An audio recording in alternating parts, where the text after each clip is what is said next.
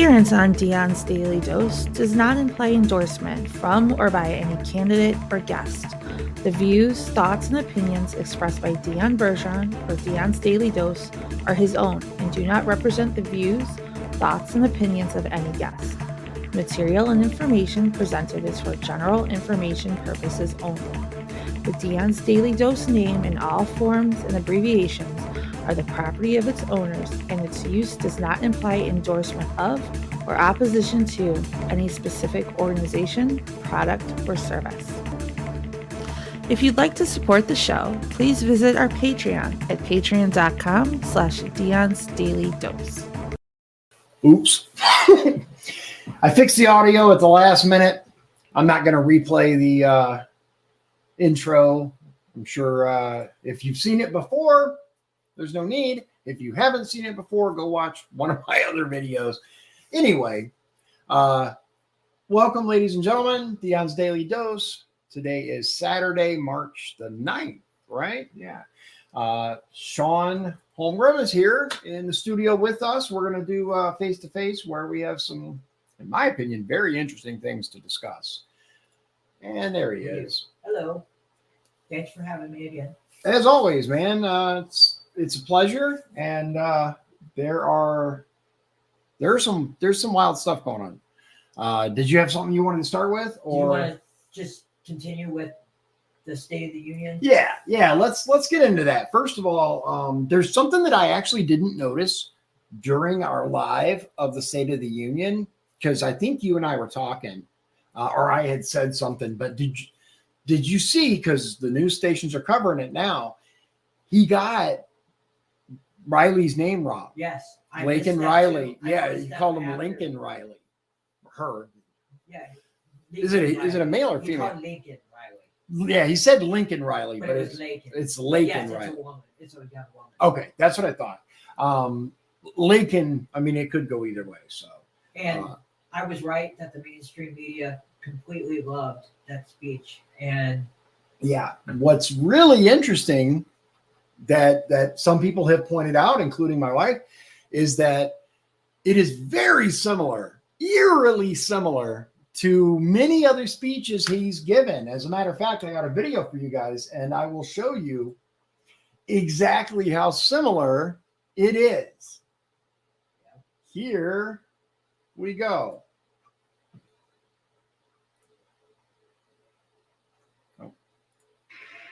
For too many decades, we imported projects and exported jobs. Now, thanks to what you've all done, we're exporting American products and creating American jobs. Yes, 23. Now, instead of importing foreign products and exporting American jobs, we're exporting American products and creating American jobs. We're the economy from the bottom up and the middle out, not from the top down. To build an economy from the bottom up and the middle out, not from the top down. Building an economy from the middle out and the bottom up, not the top down. We're the only nation on earth that has turned every crisis we faced into an opportunity. We're the only country that has emerged from every crisis we've ever entered stronger than we got into it. So your COVID-19 no longer need control our lives. Today, COVID no longer controls our lives. The pandemic no longer controls our lives. The only nation that can be defined by a single word, possibilities. Actually, I can define it in one word, and I mean this, possibilities. That's possibilities. I'm a capitalist. So God, a couple of things I want to say. I wonder who his speechwriter is. Right. Exactly. And the second thing is they really haven't. They always try to say they've accomplished a lot, but they really haven't. The last thing that they did was the CHIPS Act, and I think that was in 2022. So they really have nothing to run on. It's going to be about abortion, and Trump is an evil, evil man. Okay, so it looks like according to this, on December 22nd, 2020, Biden designated Reddy as the incoming White House Director of Speechwriting. On September 23rd, 2022, Reddy was elevated to be an assistant to the president. It looks like, Vinay Reddy is the last one listed as far as I can tell. Interesting. I wonder if who's writing those speeches. Yeah, that's who's listed. Whether he's the one actually writing them or not, we don't know. I doubt he's writing those speeches. Yeah, but obviously here's the thing. It's hard to mess it up when you give the same speech every year. So yeah, look, he said the same stuff that he's always said, and essentially declared war against the people who want to make America better, which tells you exactly where the motivations are for these people. They truly don't want America better. They want it. They care about power. They flood it with immigrants that they will give voting rights to, and then make sure that these people vote for them so they get reelected. That's all they care about. They care about the paycheck and the benefits, because most of them, now for me and you, $200,000 a year or $174,000 for a standard House member, for example, right? Like I think 174 or something. It is. Yep. That's a lot of money. $174,000 is good money. To them, it's not, because they have multi-millions. It is not the paycheck. It is the benefits. And it's not the regular benefits. It's the insider trading. Yeah. It's the wheeling and dealing that they do in order to make sure that they have a lot and you have a little. And that's the problem, is that they have information before the general public, so they can invest in stocks that they know is going to go up. Mm-hmm. Numerous people got rich. The former senator from North Carolina, Burr, knew that a pandemic was going to come, mm-hmm. and he invested in gloves maybe it was gloves and stuff. And Pelosi's notorious for that. Oh yeah. The Pelosi stock tracker. Yep. If you have stocks, why not, man? People are making decent money by following, just buying and selling when Pelosi does. I mean, funny how that works. Yeah. Right? It really is. Okay, so the media said that he needed a great speech, and they claimed that was a great speech to State of the Union. Right. Well, here's the thing, right? He uses the same stuff over and over because he gets a positive reception from it. The fawning media says, "Oh, he nailed it. Oh, he did great." So use the same thing again because it worked the last time, right? It's nuts, man. It really is. I didn't watch the whole thing, but I did watch a few minutes of Trump's rally from Georgia. Probably about half an hour, maybe 45 minutes of it. Was that today? And that was today, yeah. Okay. And it's remarkable to me, not only the shocking difference between the two people, but the life, the energy that Trump puts in when he's in front of these crowds and talking to them, directly. There's just a different kind of energy there. And we came close. Like, we were going to go to a Trump rally. I think it was in Indianapolis. And at the last minute, my wife had to work, so we weren't able to make it. But if the next time there's one nearby, I'm so there. You want to come? Yeah, absolutely, man. I got to go to one in Fort Wayne when he was. Oh, did you? Wayne, and that was, you could feel the electricity when he came out and the crowd. It was neat. Oh, I'm sure, man. Like, I'm sure that it's a whole different energy when you're there. It is. But even like watching it on TV, first of all, have you seen anyone spend the kind of time and money that he does going state to state, talking to the people directly? Not to the level that he does it, man. Not ever. Like, not ever. The closest thing that I can think of is, who had the fireside chats? Was that Teddy Roosevelt or was that FDR? That was FDR. That's the closest thing that in my memory that I can really put to comparison. Because I can't think of anyone else that has nationwide. Yeah, not like that, man. I mean, that's just that alone. Regardless of your feelings of the man, that alone tells me this matters to him. And he didn't have to do all this. Right. That's the thing. Like, this is what people don't get. he had billions of dollars, with an S, with a B and an S, billions. He said tonight, I could be relaxing on a beach somewhere, like Biden does, except he does it while he's working, allegedly working, It's craziness. So the next story. All right. We talked about this the other day. Yeah. We just talked about this. We wanted to make sure that we had the proper information for you guys, which we have. So in Colorado, there is a DNA analyst named Yvonne Missy Woods, right? And this individual is responsible for thousands of cases while their work is being questioned. Her work is, they said, we have a problem here. And they started looking into what she was doing. I'm going to show you guys here.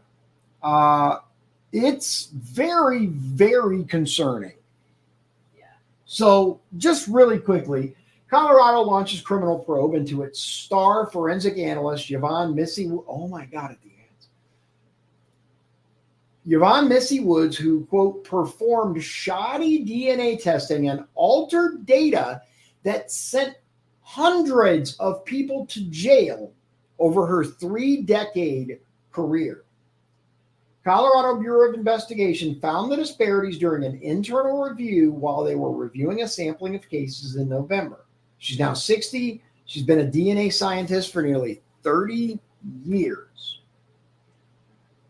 There's a lot of information here, but she abruptly resigned, and I'm seeing if they say the number here. Here it is. Okay, so investigators said to date, there have not been any DNA evidence that was inaccurate, but the state said it would need to review and retest approximately 3,000 DNA samples that Woods handled, costing the state a hefty $7.5 million. Wow, what a mess. It is a crazy mess. Michael Doherty, Boulder County's district attorney, said his office has identified 56 closed cases and 13 open cases in which Woods was a witness or potential witness. I wonder if there's anybody on death row because of this. That is a very good question, and it's something that, as a matter of fact, one of her most notable cases was putting the notorious Alex Ewing, quote, hammer killer, a serial murderer that was linked to two cold cases in Denver, behind bars. The hammer killer was convicted of murdering a family of 3 in Aurora in 1984 and the murder of a 50-year-old woman that same year, thanks to Woods' work.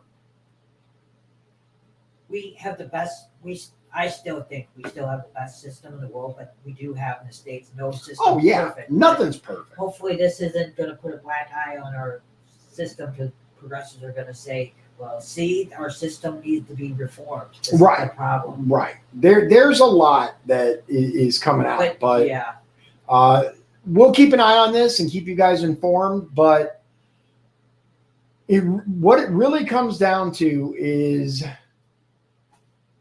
they're looking at all these cases. They're going to review everything. Hopefully there's no mistakes or fraud or anything like that happened, because again, 3,000 DNA samples is a lot. Like $7.5 million is nothing to sneeze at, man. That's a lot of damn taxpayer money. I wonder if she was incompetent or was this intentional? That's a good question. That's what I wonder if she could be arrested for fraud.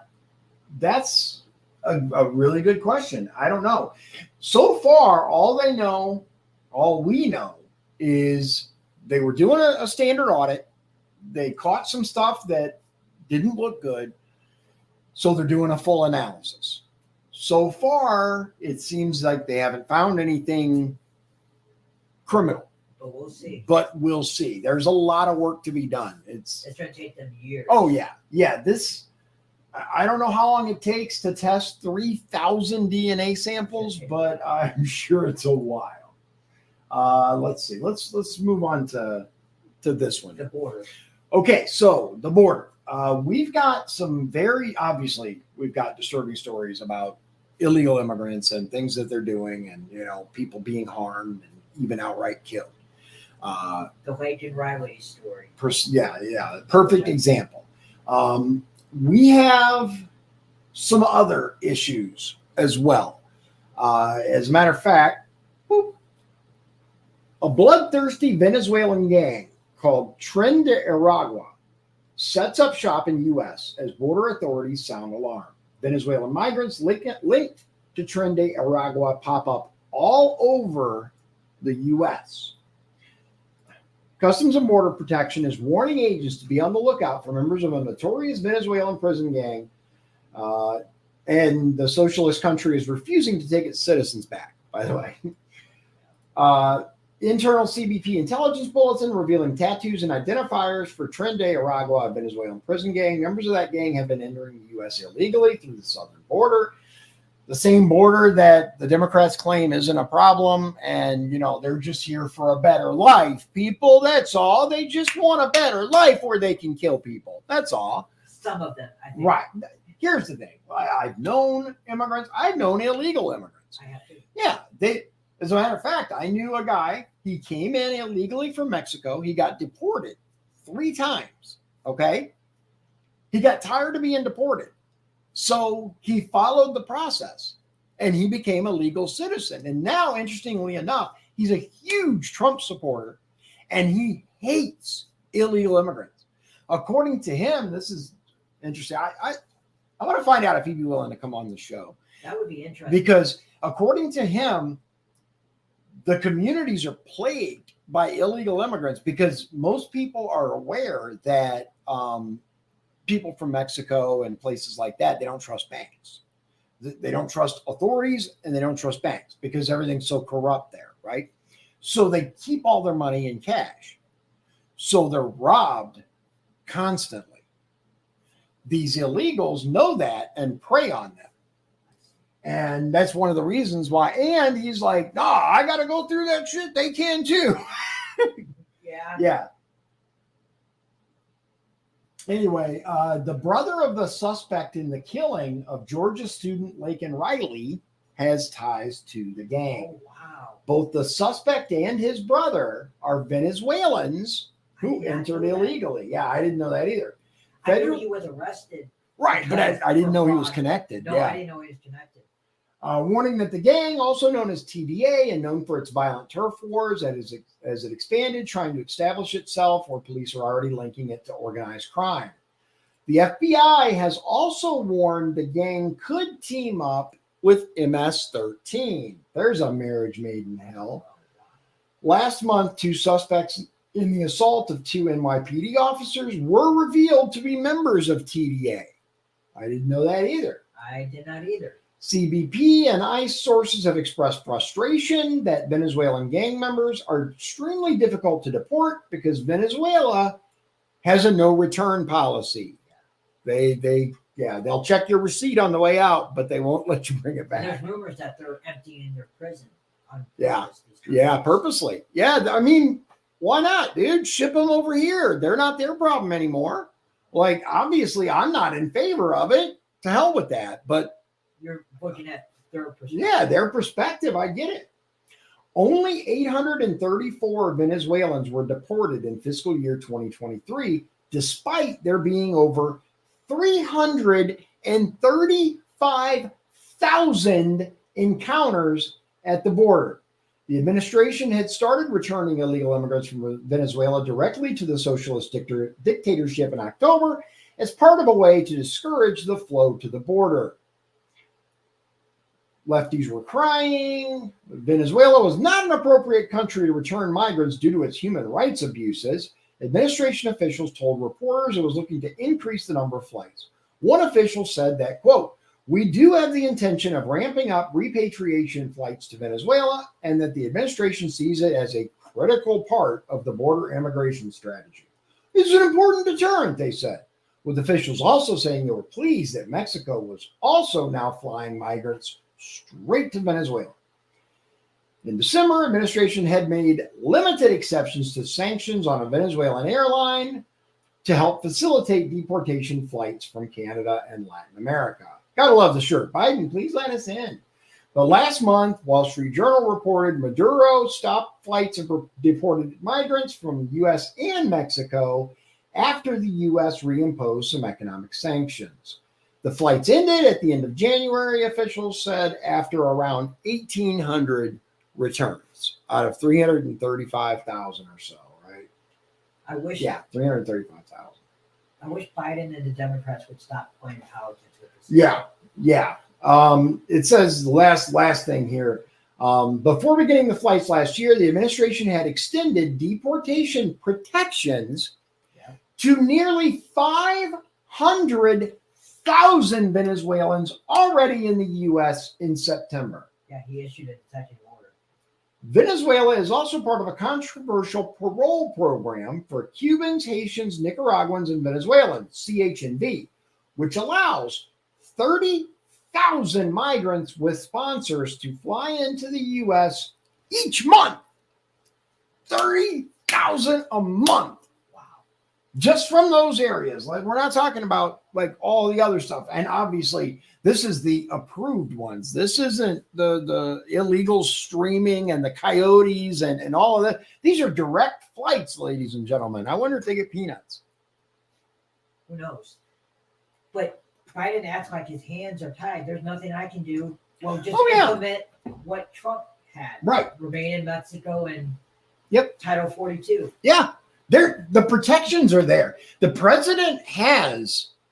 Here's the really funny part is the laws are actually already on the books. The protection is there.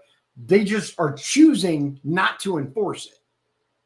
Like, and I understand for those of you that are like maybe a little more knowledgeable about the border than we are, there are complex issues at play here. There's, the request for asylum and there are all these things. However, the Remain in Mexico policy, I think, is the single biggest deterrent that we can have because you guys can stay in Mexico until your trial. I see nothing wrong with that. Trump also used the foreign aid geniusly by saying, oh, you're not going to get the foreign aid unless you help us stem the flow of migrants. Right. And the Mexican army was there. There were thousands on our border, our border, to stop this insane flow of illegals. I don't think anyone can look at what happened and say that had no effect. Like, oh, absolutely. It was massive. And now you look at the clown circus that's there and the sheer volume. Like, dude, they took over O'Hare. They're camped out in O'Hare and Chicago police stations. It's freaking nuts, man. It's like mind-blowing how ridiculous these things are getting. It legitimately is. And then we got crime on top of that. Yeah, and then we have the surge in crime, so the wife was just watching a TikTok video because she likes TikTok, right? She was watching a video earlier that was talking about how if crime is down, because that's the claim they make, right? That New York City, overall, crime is down. That's the talking point. Right? That's the talking point. Yet, the National Guard is now in their subway. And they're talking about doing it in Chicago, the train station now, too. Yeah, because these are, quote, hotspots for illegal immigrant crime. That's where they strike. That's where they do. I don't know if this is the right video. No, I don't think it was. Might have to refresh it. Yeah. I want to make sure I get the right video for you guys because this is okay. All right. You want to open it and then the Rust Armor. Yeah, for you guys, I don't know if you're paying attention. So Alec Baldwin had an incident on the set of a movie. They were filming a movie called Rust. The armorer, named Hannah Gutierrez, was arrested. Alex was arrested, and then the charges were dropped, and then he was rearrested. And then she had to go first because of that. And then her trial just ended, and they found her guilty of involuntary manslaughter. Right. So then they're going to move forward with his, but there are a lot of interesting points in this that I think you guys should be aware of. Irresponsible, because Alex wasn't just the actor on this; he was like the head honcho. Yeah, he was one of the co-directors of it. He wasn't just an actor, and this is important that you need to understand this, because if he was just an actor and showed up to do his job, right? It's just like showing up to work at Kroger or Walmart or whatever. Your supervisor tells you to do something, you do it because you're following orders. Supervisor gets in trouble. This is like going to work at Walmart, but you're actually the CEO. So you're the buck stops with you, not with the armor. And it just shows this video like they were playing with guns when they weren't acting at that moment. And it just shows the chaos of the set. Yeah, and we heard. Go ahead. I think that Alec Baldwin's he's going to be found guilty too, because they mentioned him multiple times during her trial. Really? Okay. And stuff that he has been responsible for. And Hannah Gutierrez this was only her second time being an armor for a movie set. For a major production. She didn't have a lot of experience. Right. Which ultimately, again, lays at the feet of Baldwin, because he's been doing this. Who hired her? True, and he's been doing movies for since the 80s. Good Lord, like decades. I mean, longer than a lot of people have been alive. Put it that way. He's been doing this for a very long time. So there's a certain amount of culpability there for him. We're gonna let's see. Yeah, I think we'll put us down here. All right. Let's watch so this is some coverage of it. Shawn says there's some really good information here. Fair use. Do not copyright strike me, YouTube. You guys suck. Film Armor Hannah Gutierrez didn't do enough to prevent a deadly shooting of a cinematographer on the film set of Rust. Prosecutors combined behind-the-scenes footage with an expert armorer's testimony today, who says there were obvious, dangerous problems. News 13's Marilyn Upchurch has been monitoring the trial and has more. The expert testimony came from an armorer who didn't directly work on Rust, but he says the footage shows actors mishandling weapons, and he thinks Gutierrez should have intervened. Showing video of actors walking with guns pointed up in the air, prosecutors highlighted behind-the-scenes footage of the Rust production today, while getting strong opinions about firearm safety from expert witness Brian Carpenter. Do you see anything concerning in this video? The number one thing is muzzle discipline. That weapon should be turned down at the ground. See how he's pointing it up? This is crazy. It's nuts. And I work, as you guys know, I worked at Indiana State Prison. I had official firearms training at ISP, but I've also attended multiple other firearms trainings. And you don't handle weapons like this. Number one, you always treat them as if they're loaded. Number two, you always pay attention to the barrel, point them down, so that if there is an accidental discharge, it goes into the dirt and not into the air, because what goes up must come down. Muzzle pointed down. An experienced armorer, Carpenter, pointed out moments where stuntmen weren't carrying weapons safely, and said it was the armorer's job to not only correct that, but also take back guns between scenes. Gutierrez can be seen in footage with purple hair, mishandling a large gun while retrieving a second gun. 3, 2, 1. Okay, she's carrying the double barrel shotgun, it looks like. Muzzle end up. Yep. Is that a proper way to carry that gun? It is not. In other footage, Carpenter says actor-producer Alec Baldwin was firing dummy rounds too close to the camera crew. Carpenter said Baldwin also incorrectly handled a gun on set, but says Gutierrez should have intervened. I'm getting up. Right. Then when he drops his arm, he drops up, that means Brady's close. You see anything? Yeah, you see the way he's pointing with that gun? Yeah. That's an absolute straight up no-no. You do not, under any circumstances, do that. I think he's going to be found guilty. Oh yeah, I mean, here's the thing. Again, yes, she should have stepped in and she should have, stopped him. But he's the boss. Uh-huh. Like, and I heard there was a severe aura of fear, like a smackdown type of. I Because guess he was basically a huge name in like a small pond. Mm-hmm. Yeah. Plus, he's kind of a jerk. I mean, I'm trying to be unbiased here, but yeah. I mean, I can't stand Alec. no. Okay, finish up. But some of the others. Oh, okay. No, go ahead. Some of the other stuff that was revealed in the trial, though, was there was a woman who testified that Hannah offered her drugs when they were off the set, like of a powder substance. Oh, so that kind of got her in trouble, wondering if she was doing drugs while under the influence while filming. Yeah. And then another person testified on another day saying that he was the one that delivered the dummy rounds, and he said he can't believe that there was actually live bullets on it. And it wasn't just one bullet that was in that gun. There were more than one. 6. So it was an entire it's not a magnet, it's the cylinder, an entire cylinder. There were 6 total live rounds that they recovered, or were they all loaded into the weapon? Do you know? If I remember right, they were all loaded into the weapon at one time.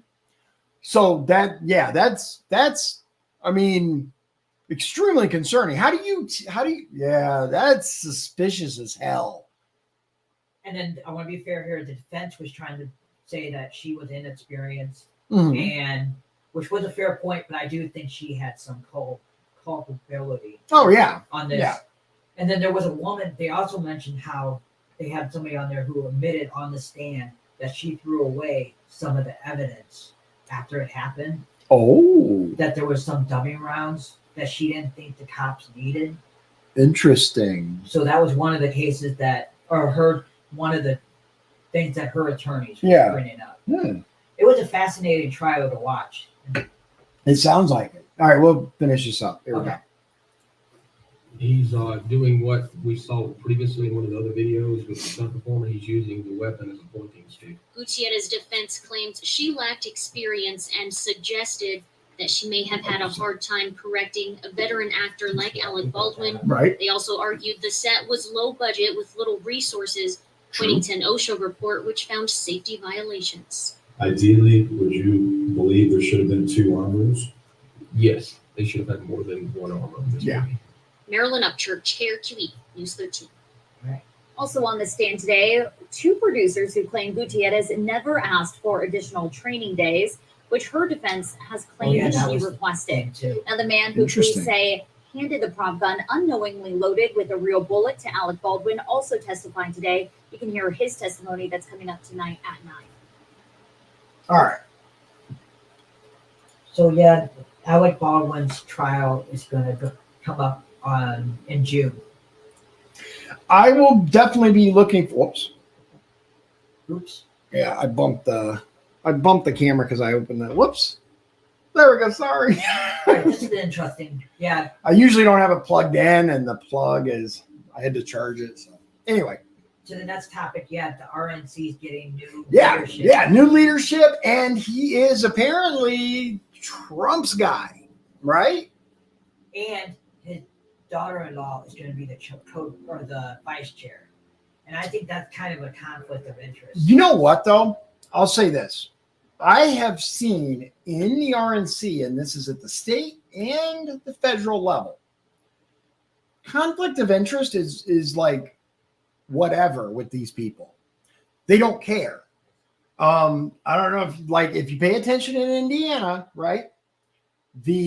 Now it's someone else now, but Kyle Hupfer was the chairman of Holcomb's re-election campaign, right? He was his campaign, not advisor, chairman, campaign manager. Yeah. He was Holcomb's campaign manager. He was also the head of the state Republican Party. I mean, if we're going to talk about conflict, it's more than just this. Do I think that these people should be connected to any candidates? No, I don't. I really don't. But if it's going to happen, it's going to happen. And there was rumors she was eyeing a Senate seat. So I'm thinking this might be a stepstone for her.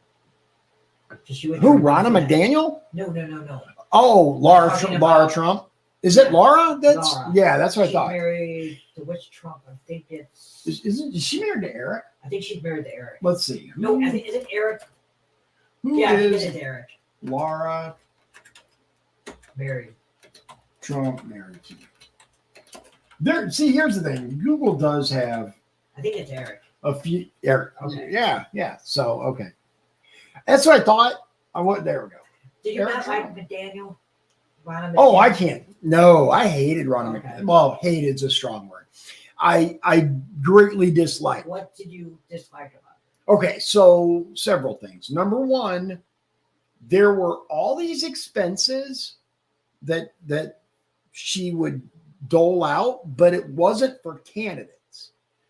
Like champagne and fine dining and this and that to woo people, but candidates themselves weren't actually backed. Or if they were, it was like just this one or just that one, right?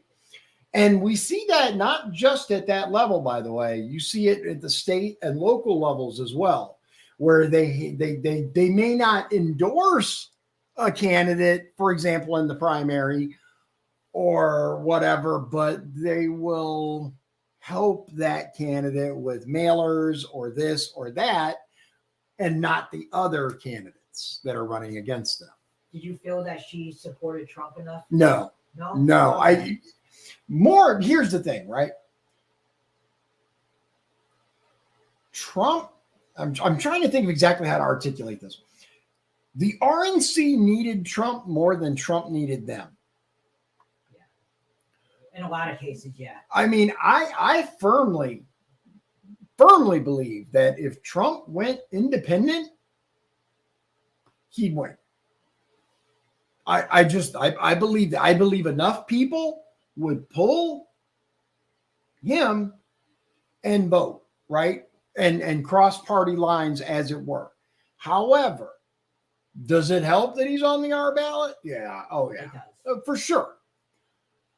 But when Trump became president, and I'm going to reference that book again, the RNC was responsible for the people that took over.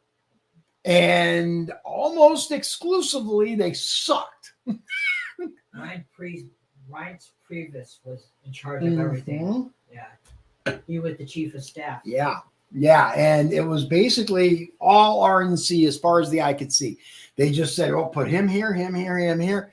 And do I think there was enough of a benefit from that? No, hell no. Most of those people were at best, they sucked at their jobs. At worst, they were straight up traitors. Also, Trump ran into another problem, which was he wasn't part of the system. So he didn't really know anybody. So Right. that's the problem. He didn't have people to fill those. Right. Sean Spicer was one of the worst press secretaries. Oh my God. I liked Sarah Huckabee. I liked Sanders, man. That's how she became governor. I mean, let's face it, because prior to that, she didn't really have that much of a footprint, you could She call was it. just known as Mike Huckabee's Yeah, and Mike Huckabee's daughter, right? But she kicked ass as press secretary. I mean, she was zing, zing, zing. There's rumors that Trump might pick her as his running mate. I don't know if it's going to be her or not. I'm just telling you. Yeah. No, I get it. I don't know if I don't like to speculate because on that, right? I love speculating other stuff, but on that, because there is so much possibility out there, right? There's so many possibilities that he could choose, but also I prefer to wait until he says, okay, here's my VP running mate, so that we can really dig in, because I don't want to dig through like all the possibilities and look at what this person did and that person did. And then let's, like, for example, right, just to throw one out there, Ramaswamy, right? Vivek. Some people love Vivek. Some people don't. He has kind of flip-flopped on some stuff, especially the whole TikTok thing. I don't know if you saw that recently. And we could like spend a bunch of time like focusing on that and saying, look, he said this then and this now, and I don't like that. Da, da, da, da. But if he's not going to be VP, it's kind of yeah. My problem with him is the Soros connection. Yeah, that's very concerning. I mean, let's at the same time, that's a concern, but I have other concerns. And again, we could like spend a bunch of time talking about, that. I think he would be better served as someone like press secretary. Because he really does, he's very articulate, he's put together well, and he seems to, and I'm not saying I want him to be press secretary. I'm just saying I'd be happier with him at that position than VP. Somewhere in the, in the administration. So. Sure. Yeah. I mean, and this is what I said. The whole, that whole Republican debate of everybody but Trump, all that was a job interview for the next Trump administration. That's really what it comes down to, because none of those people stood a chance in hell of beating Donald Trump. That's just how it is. He's going to be the nominee. It's going to be interesting to see when Trump decides to announce who is running mate. Is he going to wait till the convention? That's a good question. Or is he going to wait until he clinches the nomination, which is going to be in a couple of weeks? Yeah. Now I'll say this: there are people who are of the opinion. This is not me, right? But people that are of the opinion that he's going to pick Pence again. Hear me out. Okay. Because I don't see it, but this is their claim, right? Because everything that Pence did, including not asking for including certifying the election when it was in his power to go, there's some issues here. Everything was scripted. And that's what he was supposed to do, because that's what Trump wanted him to do. I've heard that so many times. Have you? Yeah, I've heard that, but the line that just trust the plan. Right, trust the plan. I don't see it. No, and that would be a shocker. It would be. Put it this way: if he announces Mike Pence with no explanation, right? If he just goes, my running mate is Mike Pence, people are going to lose their minds. They're going to lose their salt, man. I'm telling you. Like my dad always says, Trump is a showman. Mm-hmm. So that is, I guess it's possible you could pick Pence. I hope not. I truly doubt it. I'm going to say this. I've talked to people, and I've talked to people who actually personally know Mike Pence and his wife, right? According to them, they're extremely nice and kind people and good, right? However, I did not care for him as governor. There were some things he did that I was like, okay. And there were some things that he did that I'm like, yeah. But ultimately, I didn't love him as VP. I felt like, he was overshadowed all the time, which you're supposed to be as VP to a degree. But he felt like he didn't have enough of a presence on his own. And we're talking about Trump. That's all the oxygen out of every room. Yeah, and that's also a consideration. I mean, we're talking about DJT here. I mean, There's only one. Yeah, there's only one Donald Trump. But let's talk about this real quick. So who is this guy? Michael Watley. That's the name of the gentleman that is now in charge of the RNC. Ronna McDaniel stepped aside. Committee members cast their votes at the group's spring meeting in Houston, Texas on Friday. North Carolina GOP chairman Michael Watley won that unanimous voice vote and will take the reins of a party struggling to undo its Democratic counterpart's financial advantage as the November election looms. Watley served as the North Carolina GOP chair since 2019, also serves as the general counsel for the RNC. So, yay, more lawyers. He was handpicked by former President Trump for the role, has been a strong supporter of the latter's repeated claims that his 2020 election loss to President Biden was due to massive voter fraud. One source told Fox News Digital last month that Whatley was specifically selected because he was, quote, so powerful on election fraud, end quote, that year. That same source also told Fox that Whatley, quote, kept the fraud down in the state despite having a strong Democrat governor. The source added that Trump is focused on ensuring the votes in the 24 general election are, quote, safe. Before he was in the party, he served as a federal law clerk, a senior official in the Bush administration, and as the chief of staff for former Senator Elizabeth Dole, RNC, North Carolina. He also served as a senior advisor to the 2000 Bush-Cheney campaign, Florida recount and transition teams, as well as the Trump-Pence campaign and transition teams. New Hampshire GOP chair and former RNC committee Chris Ager, who attended Friday's meeting in Houston, told Fox, good choice to lead the party. The people at the RNC know and like Mike Whatley, so he's a good choice. And Laura Trump is a trusted advisor to the president, so why not give him the tools he needs to get the job done? If he trusts those people, let's give him what he needs to get that win in November, he said. Whatley will be joined by Trump's daughter-in-law, Laura Trump, who was also elected by a unanimous voice vote to serve as co-chair. Now, I do find that interesting, unanimous. There was not a single person who said, maybe not. Maybe we should pick somebody else. Unanimous. I find that interesting because getting anyone to agree unanimously, that's a chore. It's rare. Trump was also installing a campaign advisor, Chris LaCivita, as RNC chief of staff. LaCivita, a longtime Republican strategist and RNC veteran, will continue to keep his role as one of the two top advisors steering Trump's 24 presidential campaign. The moves solidify Trump's takeover of the RNC and effectively cement the reality of the past 8 years. The GOP is the party of Trump.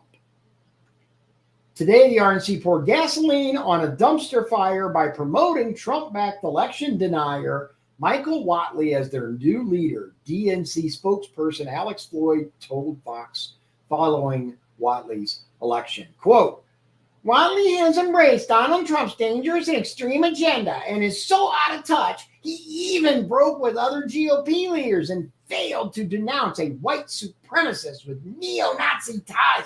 Dude, bruh. This latest MAGA rebrand will not change the RNC's dire fundraising issues or string of electoral losses, and Republicans will regret elevating a fringe election denier as chairman when he leads them to another Trump defeat in November, he added. Pretty predictable that they're going to. Right. Of course, Nazi, white supremacists, it's the talking points. Right. And of course, remember, ladies and gentlemen, it was okay to be an election denier when Trump won. But remember what Biden said. It's what is it? It's not okay. You can't only love your country when you win. Yeah. You can't just love your country when you win. Yeah. That was a very prescient thing to actually say, I found. Right? I mean, come on. But that's the gist of it. There's like one more. Nikki Haley dropped out, so Trump will clinch it the 19th of March, the nomination. Yeah. I mean, it's a done deal. He's won everywhere by records. And I find it interesting that the mainstream media's coverage of it is it's very weird the way that they're covering it. One person brought up a really good point, and that is, look, I'm no Nikki Haley fan, but something that needs to be understood. She is the first woman to win a presidential nominee in the Republican Party. We have presidential. Or primary. primary. Presidential primary. She won in Washington, D.C., which, I mean, but but she did. She won D.C. So she won. And Vermont. I thought she only won like one. She won like one. Vermont. Did she win all of Vermont? Let's see. Hold on. Vermont. Maybe she didn't get all the delegates, but she got some Republican. delegates. Let's see. I think she got 49.9%. Let's see.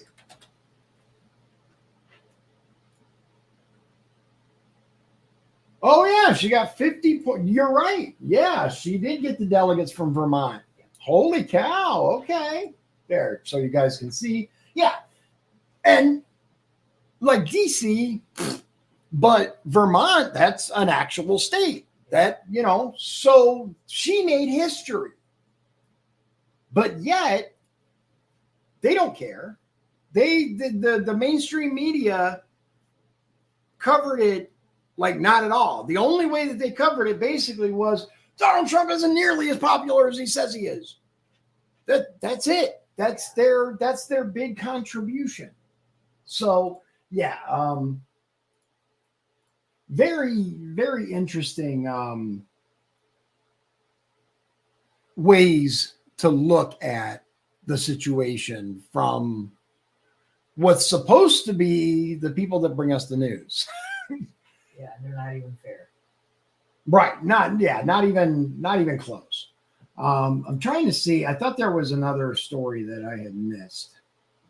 You can go ahead. I know that there's.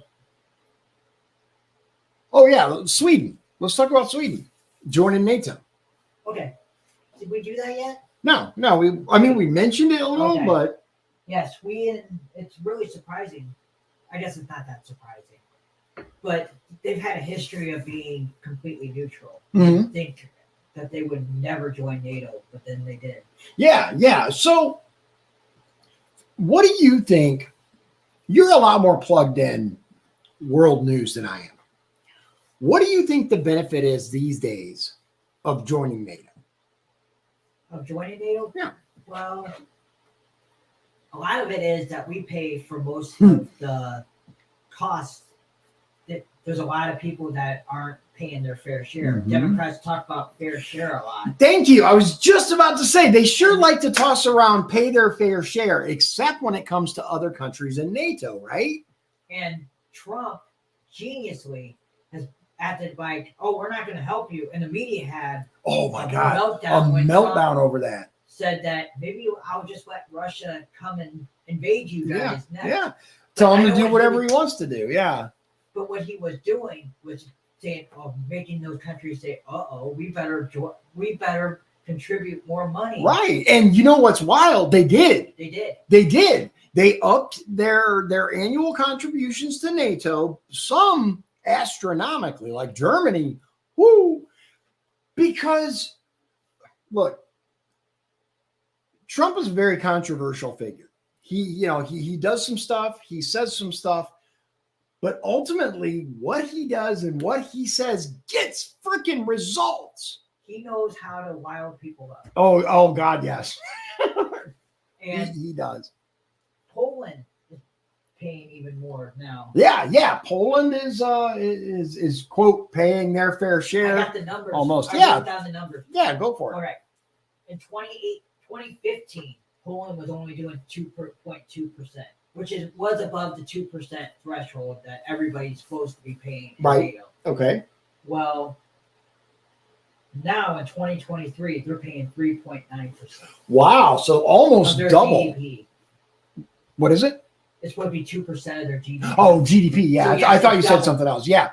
So yeah, they went from 2.4, you said? 2.2. 2.2 to 3.9. So darn near doubled their contribution. The countries that need to pay more, the Netherlands are only 1.7, Okay. Norway 1.6, Germany is still 1.5. Oh, okay. I think I was thinking of Poland then. They're paying more than they used to before Trump did that, but Right. they're still not at the 2%. Yeah. And Canada's only paying 1.3%, which is remarkable. Mhm.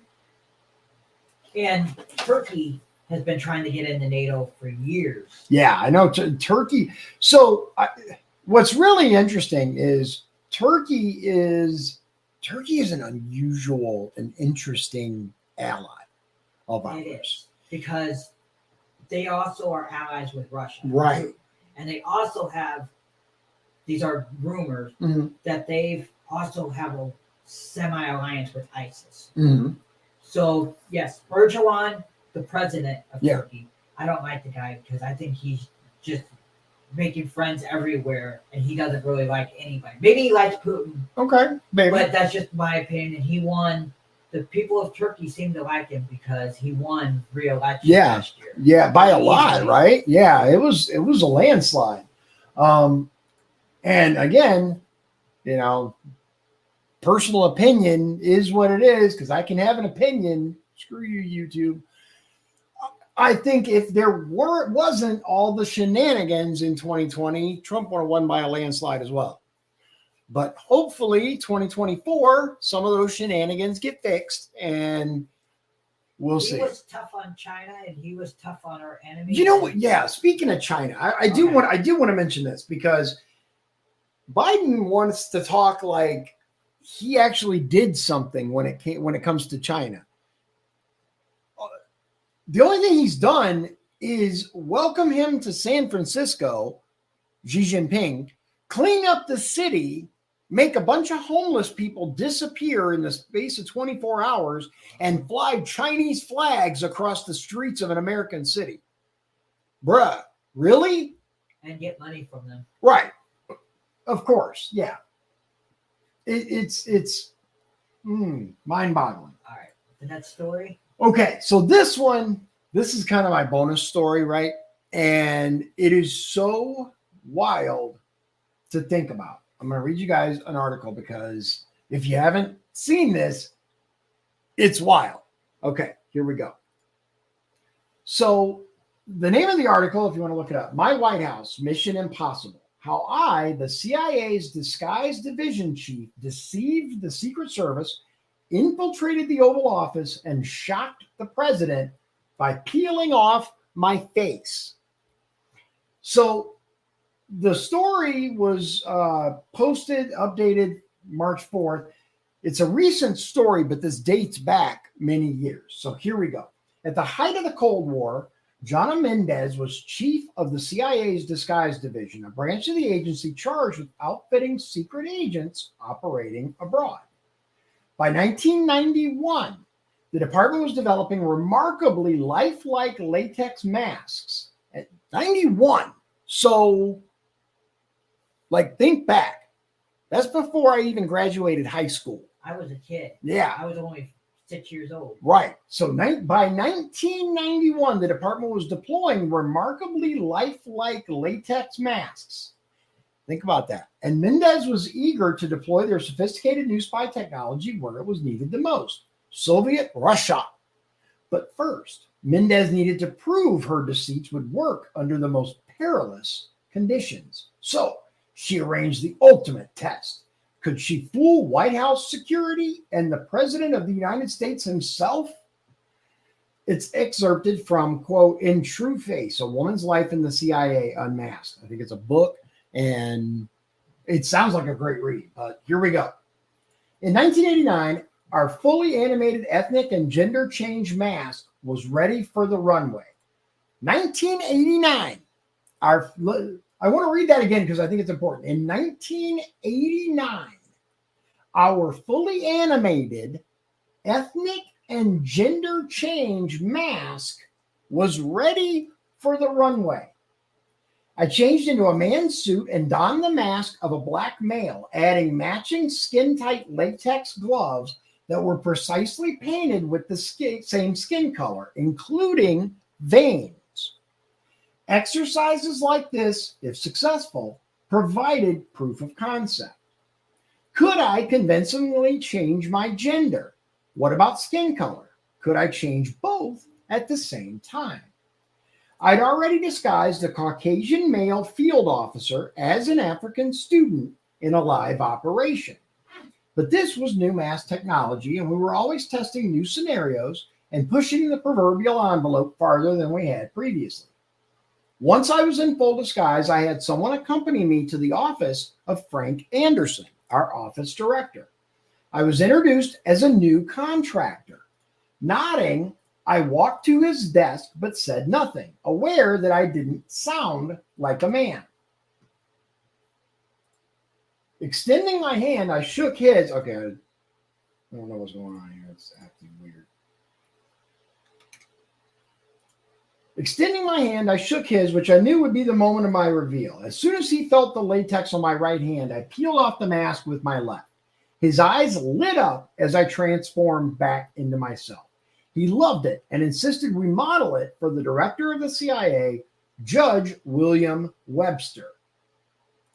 I'm going to see if I can fix this real quick.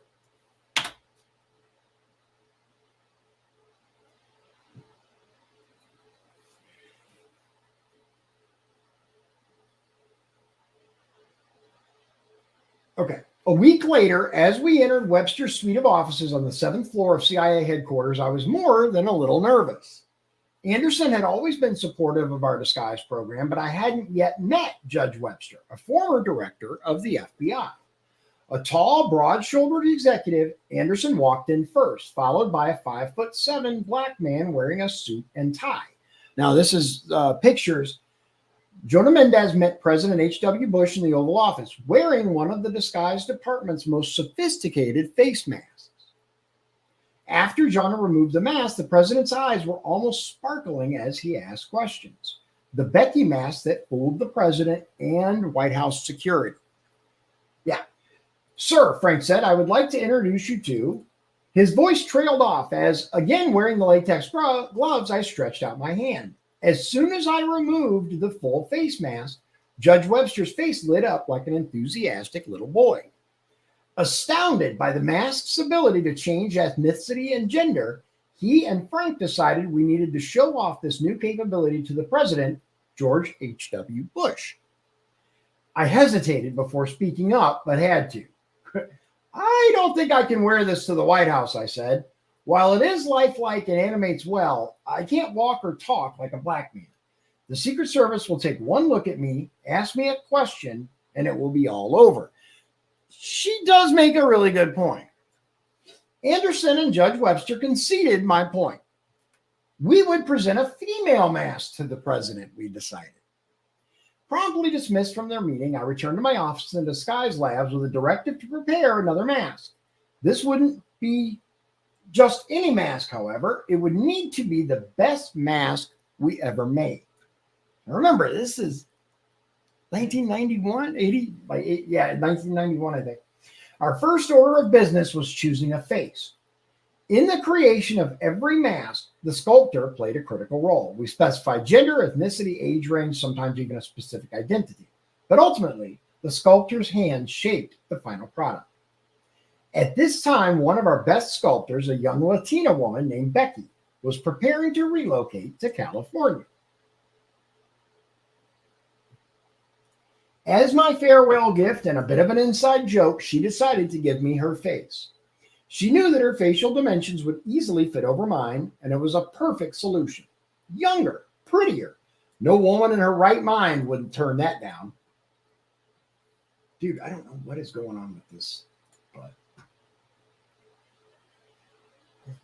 yeah, it's I haven't had this problem before, but okay.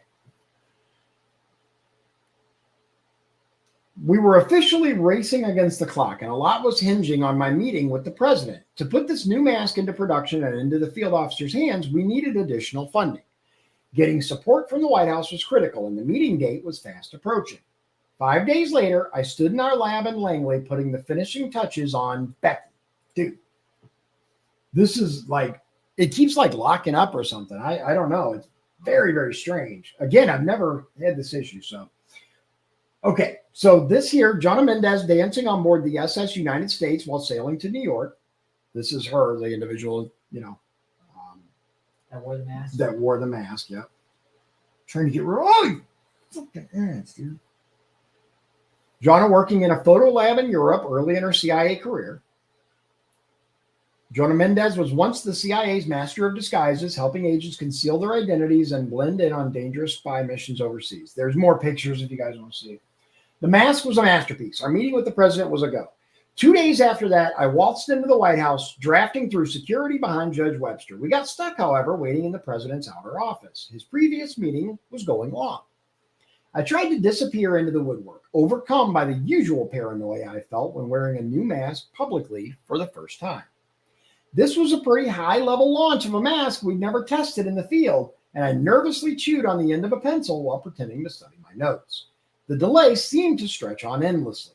I worried that even if the mask didn't give me away, my nerves would. Confidence is everything, I reminded myself, impatiently awaiting the big moment. When we were finally called to enter the Oval Office, we walked inside, where chairs were arranged in a horseshoe in front of the president's desk. Knowing that I would be the first one to speak, Judge Webster directed me to sit in the chair on the far right. As soon as we sat down, we went straight to business. Webster introduced me by my name and explained I was here to show the president some of the agency's new disguise capabilities. I pulled out the folder I brought, which contained photos of the president himself in disguise from when he was director of the CIA. Yeah, don't forget, George H.W. Bush was director of the CIA at one point. Yeah. Yep. After explaining that our disguise capabilities had improved immensely since his time at the agency, I began enumerating all the ways we could use them to evade the KGB. We could convincingly disguise an officer, even create a clone of an officer, a twin. We could change an officer's ethnicity or gender, or borrow another person's identity if necessary. This technology would change the way we were able to work against KGB harassment on the streets of Moscow. As I was speaking, I noticed that the president was looking at the area by my feet, probably searching for a bag that contained our new disguises. When I told him I was wearing it, I raised a hand to begin removing it. Before I had touched my mask, he popped up from his chair. Hold on, just a minute. Don't take it off yet, he said as he walked around me, peering at my face and neck. I totally get that, by the way. Like if I was president and my CIA person was showing me a disguise and they're like, I'm wearing it, I'd be like, whoa, don't take it off. Let me check this out. Let me get up close. Now that I know it's a disguise, let me check it out, right? At this point, he knew I was wearing something fake, a false nose, a prosthesis. He tilted his head, no doubt looking for the seams of whatever I was wearing. When he seemed satisfied, I lifted my hand again and peeled off the mask. CIA Chief of Disguise Joanna Mendez, right, with two friends in Amsterdam. Joanna Mendez and her husband after their wedding in Switzerland. Some of her disguise department bag of tricks from the end of the Cold War. Suddenly charismatic and intensely curious, his eyes were almost sparkling as he asked questions. While the president graced me with his attention, Dan Quayle tiptoed into the meeting, clearly not amused that he'd missed the moment of my big reveal. But as my exchange with the president came to a close, it seemed clear we would get the support of the men in this room to roll out the new mask. Once I'd returned to the outer office, I was approached by the White House photographer who had been in the meeting taking pictures. Excuse me, she said, what did you do in there? I thought you were taking pictures of it, I replied. Well, I did, but what was that? I can't talk about it, I said after a brief pause. It's classified. I never sought out copies of those pictures, and I didn't receive them until 10 years later. When I did, the package included a picture of me wearing the mask and one of me talking while holding it in front of me, except the mask is airbrushed out of the second photo. That's the one I have hanging in my office. It looks like I'm lecturing the president with my hand in the air, and when friends look at it and ask what I'm saying to him, I always reply the same way. I can't talk about it. It's classified. Excerpted from In True Face, A Woman's Life in the CIA, Unmasked by Joanna Mendez and Wyndham Wood. So this is, I believe, it is a book. Sounds fascinating. Yeah. But the important part to me, look at what we're talking about here. We're talking about a mask good enough to fool the president of the United States, and not W either. Dad was a lot more there and a lot smarter than his son, in my opinion. Regardless of how you feel about him. I mean, anyway, and this was in 91. Fascinating. So way back in 91, imagine the technology where it is today and how far they've come. 33 years later. Yeah. Yeah. That's crazy. If you think about, okay, look at phones, right? 33 years ago in 91. Landlines. Yeah. Payphones, right? Look at the level. Computers, the crappy little Intel, Pentium, right? The Pentium. Yeah. I don't even know if we had Pentium in 91. I think we did. I think we had like the 486, I think. Yeah. First computer I remember is in like 90. When did we're almost done, but what was your first computer? What year do you remember when you got your first PC? Internet, or when I went on just a computer? I would I guess, what was your first computer that you owned? Oh, that I owned? Yeah. Would have been probably in my parents' computer in 2000. Okay. When I was 13 years old, I got a Commodore 64. My mom got it for me. And it was kind of old at that point, but she knew somebody who had a Commodore 64 and a whole bunch of games, and they were selling it. And my buddy, Jim, he had a Commodore 64, and I was so jealous. He had like so many games. I liked to play Gunship, and there were a few other ones, but Gunship was a wireframed game, right? Everything was like wireframing, and you were flying a helicopter, like the Apache. And so you had to like go take out Russian targets. The cool thing about Gunship, first of all, the keyboard, I could talk about this for a long time, so I'm just going to truncate it real quick. The keyboard had an overlay that you put on, a paper overlay that told you what keys did what. Okay. This was important because almost every single key on the keyboard did something. Wow. As well as there was a booklet that came with it. Okay. And they used that as their copy protection because this is pre-copy protection days, right? Anti-piracy stuff. What they did is they had a challenge system. So when you would fly back to your base after a mission, right, they would challenge you. They'd say like Orange 7, right, for example. And then you have to look in the book and see what the response was. Just like the real, you know how they break the thing in the movies, right? They got to authenticate the orders. It's like that. But in the book, you'd have to, one of the ways they did it was they had, you had to identify the outline of a vehicle. That's how I learned what the BMP-10 looks like, which is a Russian armored personnel carrier from the 80s. I learned it because in Gunship, you need to be able to identify the outline. It was in the book, but if you didn't have the book. What year was this? Because I've never heard this before. Oh my God. Yeah, let's see. I was 13, so 88. Okay, that's why I have no idea what you're talking about. Yeah, hold on. I was only 3 years old. Gunship game. I love that game, by the way. If they made like an updated graphics version. You played what? Atari? Yeah. So, I can get it for $1.19. Let's see. Okay, so hold on. There. I'll give you guys an idea of what I'm talking about here. And this was a PC? This was a Commodore 64, which was one of the first personal computers made. The first one, I think, was the I can't think of the first one, but there was I had a Texas Instruments when I was very little, like a TI-82, I think. And then the Commodore 64 I got later, although the Commodore 64 was actually less powerful than what I had. The 64 was a massive success for the company. and it spawned so many programs and games. But How big was it? the game, like the size, or Yeah, the size. let's see, this I've is seen the old computers where they're like massive. I know it's probably wouldn't be that big. let me see, original. I'm just curious. It would, like, it fit on a, okay, so the disk drive for the Commodore 64 was a floppy disk. Okay, I know what Okay. floppy disk is.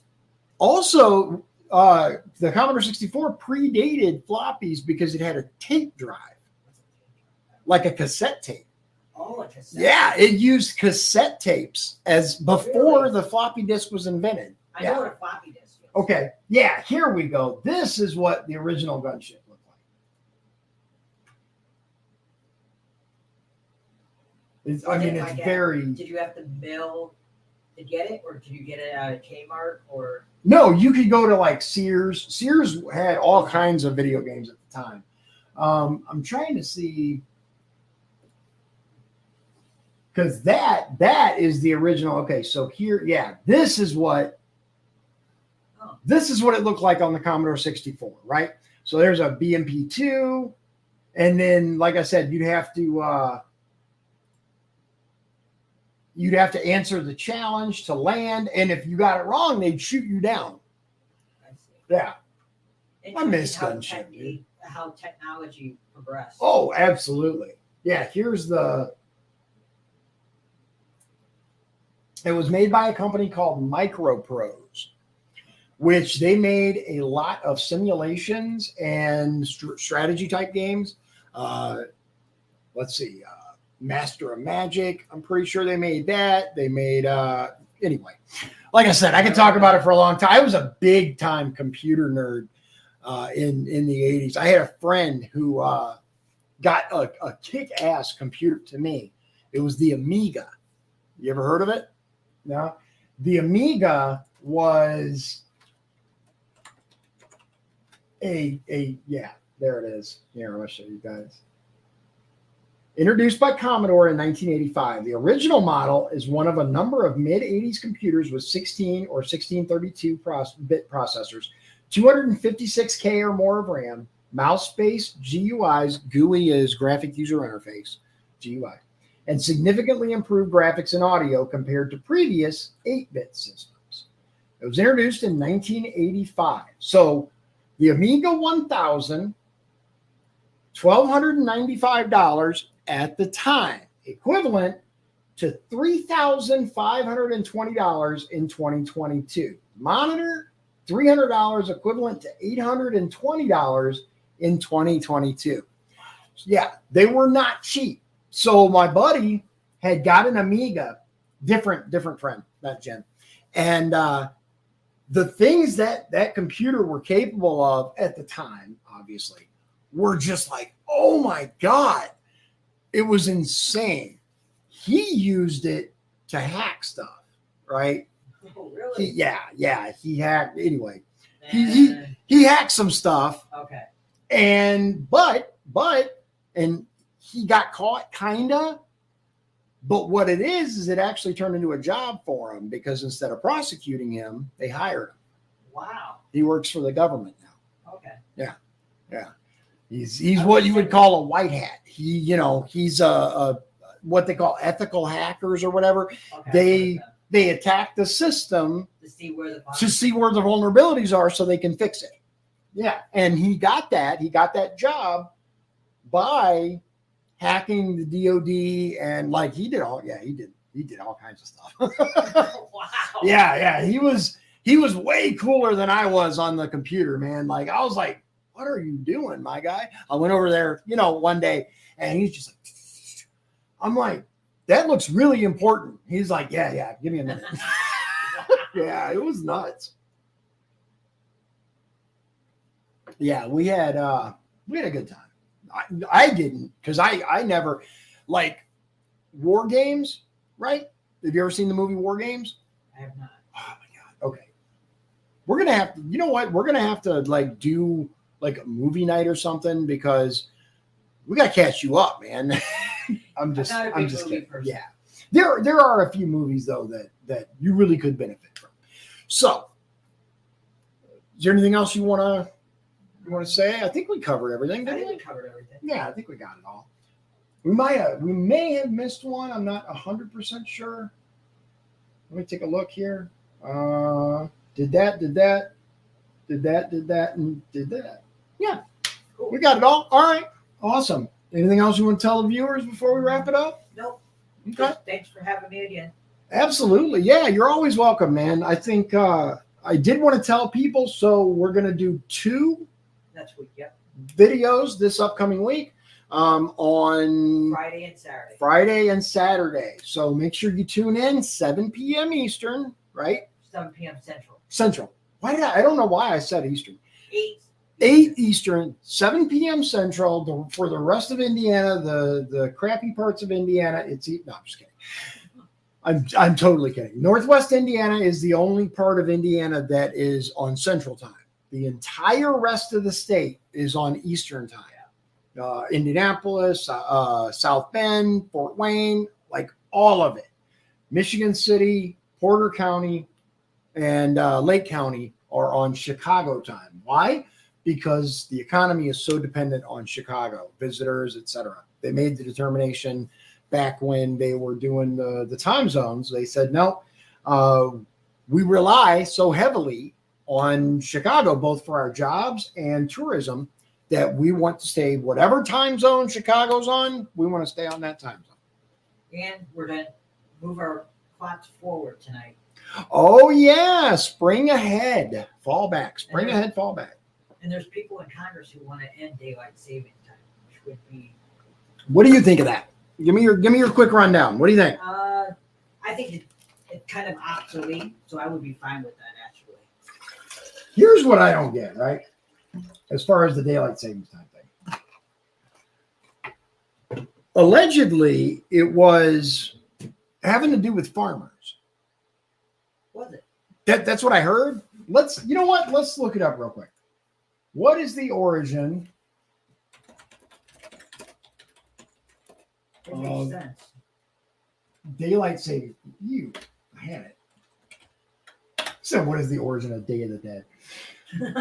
Oh, okay. Now this is interesting. Okay, so I was wrong, and I freely admit it. Check this out. DST, which is Daylight Savings Time, was first implemented in the U.S. with the Standard Time Act of 1918, a wartime measure for 7 months during World War I in the interest of adding more daylight hours to conserve energy resources. Year-round DST, or wartime, was implemented again during World War II. And they just never took it away. Yeah, that is very, very interesting. The Senate passed a bill ending daylight savings time the last Congress, but the House didn't take it up. So, I do believe it's obsolete. It can get confusing, and they actually showed that the springtime where you set the clocks ahead, right? You lose an hour. Yep. And there's a huge issue with employers, with people coming to work late and losing. Now, I've also heard there's more accidents that happen. Yeah. A lot of people are getting into accidents on their way to work because they're tired and da. Yeah. I don't know. I think it's obsolete. I'd like to see. Oh, you know what?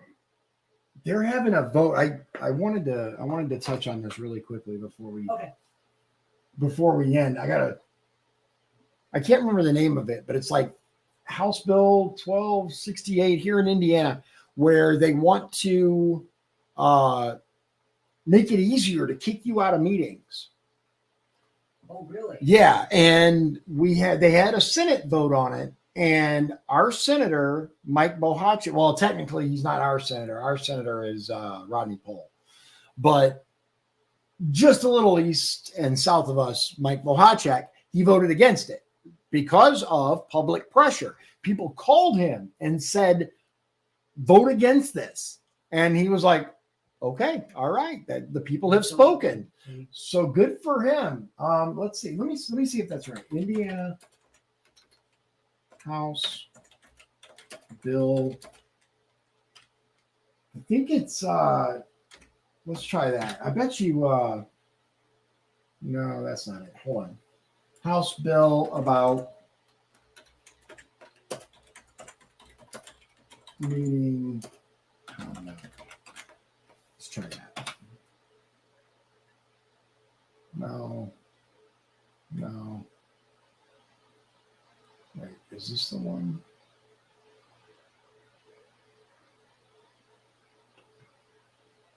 Wait. Yeah. I think this is it. Yeah. Okay, so it is 1338. I'm sorry, House Bill 1338. The bill is authored by Rep. J.D. Prescott and would establish criteria for behavior at local government meetings. The bill also says that someone who intentionally enters or refuses to leave a restricted government building would be guilty of criminal trespass. Prescott said this piece of legislation has been necessitated by, quote, political agitators who have shown up and disrupted local government meetings and posted the videos online. An amendment clarified that the bill would only apply to local government and not to charter or public schools. It would also allow the governing body to adopt rules and policies regarding attendees' conduct at meetings. This could include restrictions on time and steps to maintain order during a meeting. I think that's new. Yeah. When we discussed this a couple months ago, I don't remember that. That must be. They added that They amendment. did add- okay. Yeah. Prescott said there would be a 3 strikes and you're out approach. The first 2 strikes would be verbal warnings, and after the third warning, the presiding officer could ask the attendee to leave. If they refused to leave, the officer would have the ability to remove them from the meeting. Quote, the last thing we want to do is violate anybody's First Amendment rights. My whole procedure is just like we're in this meeting here today, right? We've got rules of decorum that we conduct as a body. So I just want to make sure we're having a civil discussion, Prescott said. Indiana's public access counselor, Luke Britt, testified in favor of the bill. He said that this is not a unique issue to Winchester, whose mayor testified. It's statewide. Britt said that whenever he speaks to towns, cities, or counties, he asks if people have encountered these types of issues, and 3/4 of people raise their hands. He continued, saying the bill mirrors what he has issued for his office in the form of advisory opinions. Quote, I think that gives more confidence to local officials to keep that decorum, to keep civility, to keep those business meetings professional, because all you have to do is go to YouTube, find a few of these examples. Britt said the parameters around decorum and civility would give local officials the opportunity to craft policies on public comment forums and make better opportunities for civic engagement. Rep. Chris Campbell, D. Lafayette, asked how the bill would affect protesters who come to the State House to voice their concerns about legislation. That's a great question.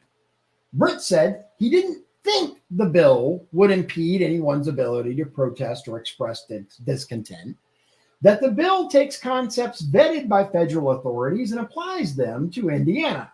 A staff member chimed in to say the bill wouldn't affect state affairs, only local entities. Another person who testified in favor was Winchester Mayor Bob McCoy. McCoy said he has been dealing with the problem the bill seeks to address since May 2022.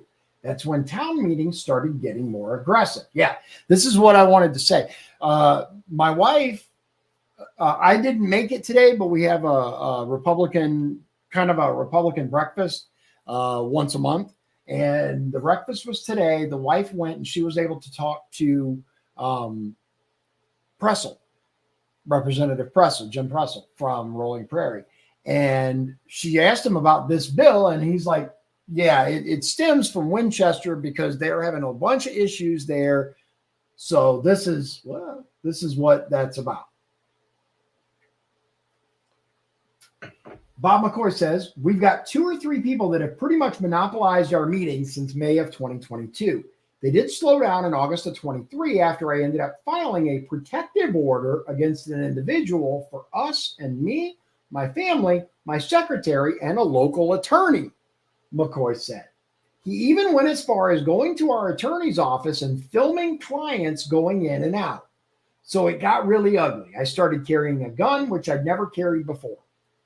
McCoy said he spoke to the police chief and his county prosecutor, but was told to take a hands-off approach when dealing with those disrupting meetings. McCoy ended his testimony saying his office doesn't cut people off after 3 minutes or if they're in the middle of speaking. However, a lot of times it's nothing to do with city business and is either a personal attack or about a problem with the school corporation. Following testimony, Prescott thanked his co-authors, and Campbell requested to be a co-author on the bill, making it bipartisan. The bill passed 11-0. So that was back in January. That was the initial in the committee, the initial bill in the committee. It passed the committee. It went to the House. And so now that we know it's House Bill 1338, let's take a look here. And their session for the year ended yesterday. Let's see here. Okay, so House concurred in Senate amendments. Added as co-authors. Returned to the House with amendments. House concurred in Senate amendments. So roll call 302, 58 yeas, nays 36. So it appears to have passed. The House and the Senate? That's what I'm... Okay, so on the 4th, so they put 5 amendments on it, right? I don't see number 4, but interestingly enough, we got amendment number 1 failed, voice vote. Amendment number 2 failed. Amendment number 3 prevailed. Amendment number 5 prevailed. That was on the 4th. And then third reading, it passed. Then it was returned to the House with amendments. Campbell was removed as co-author. Miller added as co-author. Motion to concur filed, which is how they get away from an actual vote. A motion to concur is, yeah, we agree with it. It's because then you show up as you voted for concurrence, not for this bill. Yeah. There's a lot of things that are kind of shady in our government. But just so you guys know, here is the list. Of course, now this is the House. How did Soliday vote? Let's take a look here.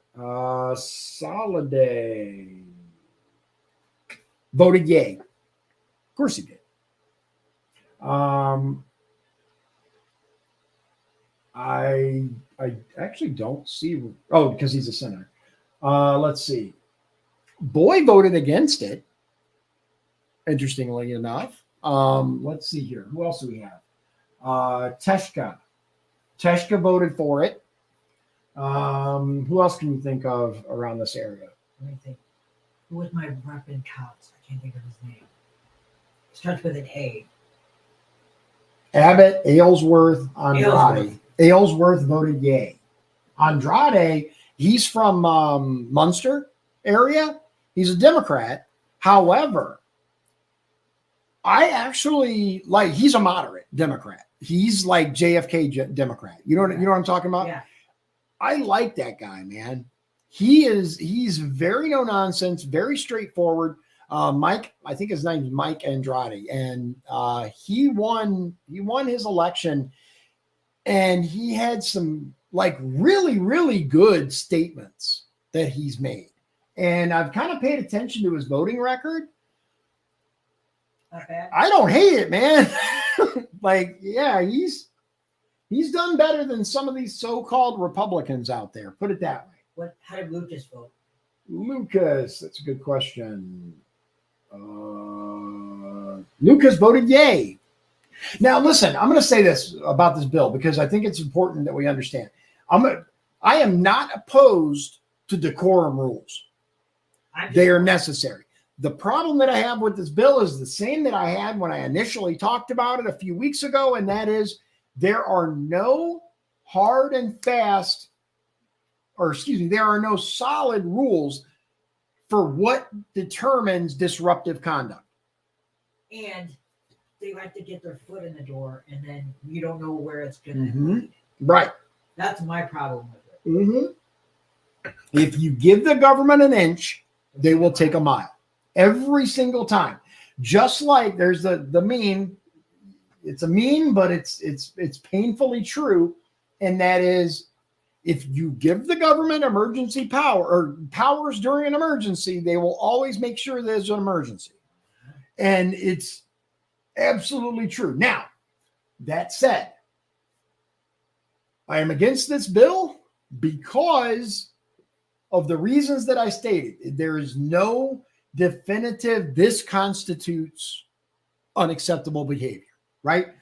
You cannot act a fool in a council meeting or, talking to your mayor or whatever, right?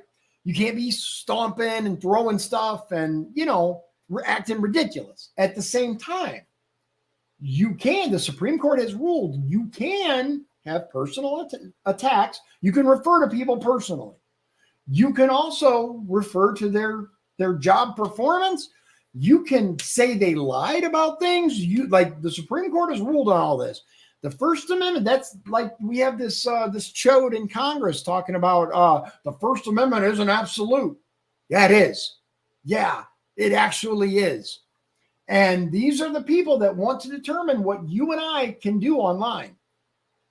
What he probably means when he says that is, I'm not excusing it. I'm for the First Amendment. Right. But say fire in a crowded. Actually, the Supreme Court found really? that is absolutely covered. That you're going to harm somebody. Right. And again, it's like Biden claiming the Second Amendment is not absolute, right? No amendment is absolute. Actually, and that's the thing, of all the amendments, I'd say the most absolute one is the second. Shall not be infringed. It's pretty darn clear. Now, everything they have done has been unconstitutional as far as restricting our allegedly protected rights. All this stuff. But that's a discussion for another time. Ladies and gentlemen, we're at an hour and a half. Thank you so much for coming out and enjoying your time with us, because we enjoyed having you. For those of you that are watching on X, I would appreciate if you guys could drop a comment, because I was told that a couple of you guys were commenting, but I'm not seeing it. So I want to make sure that StreamYard is the program that I use, and I want to make sure that I'm able to see what you guys say. I've had an issue. See, allegedly, StreamYard claims that and I will tell you, it works on Facebook, it works on YouTube, it does not work on Rumble. It's supposed to work on X. So if you're watching on X, a quick hi would be appreciated so that I can make sure that the comments are showing up. I just saw a comment. See, that's interesting because you're seeing comments. I just saw a comment. Did you? Yeah, I did. This is really wild because I'm not seeing comments, but he is. I just saw it flash on the. Oh, was it this? Hang on. Was it this? Yes. Okay, that was me. I did that. Oh, that was you. That was me. Yeah. That's okay. Okay. All right. So again, I think I'd appreciate it if you're watching on X, formerly Twitter, just a quick hi or whatever, just to see if it works. I would appreciate it. Otherwise, I hope you have a great evening. We will see you guys Friday. I have, I can't look right now, but I have a show coming up where we're going to do a kind of a crossover episode. I am with a show called Mouthwash that is pretty popular here in Indiana, and they're going to appear on my show, then I'm going to appear on theirs and kind of do a little cross. That's cool. Yeah. I'm trying to do that with more programs because not only is it a good opportunity for excellent dialogue, which I'm always a fan of, but it gives a chance to reach more people and give them an opportunity to learn, hey, there's somebody else out there that says dumb stuff. Maybe I'll listen to him for a little while. What day is that? I'll have to look. I had it written down, and no, I can't. Never mind. I got excited because I was like, my phone's right here, but it's anyway. I will definitely let you know, and I'll let all of you know because I'm going to make a graphic for it and all of that. But that's it for tonight. Yep. Thank you very much, ladies and gentlemen. God bless you. God bless Indiana. And God bless the United States. If you'd like to support the show, please visit our Patreon at patreon.com/Dion's Daily Dose. This has been Dion's Daily Dose, hosted by Dion Bergeron. Executive producers, Sean Holgram and Michael Beebe. Copyright 2024. Dion's Daily Dose, all rights reserved.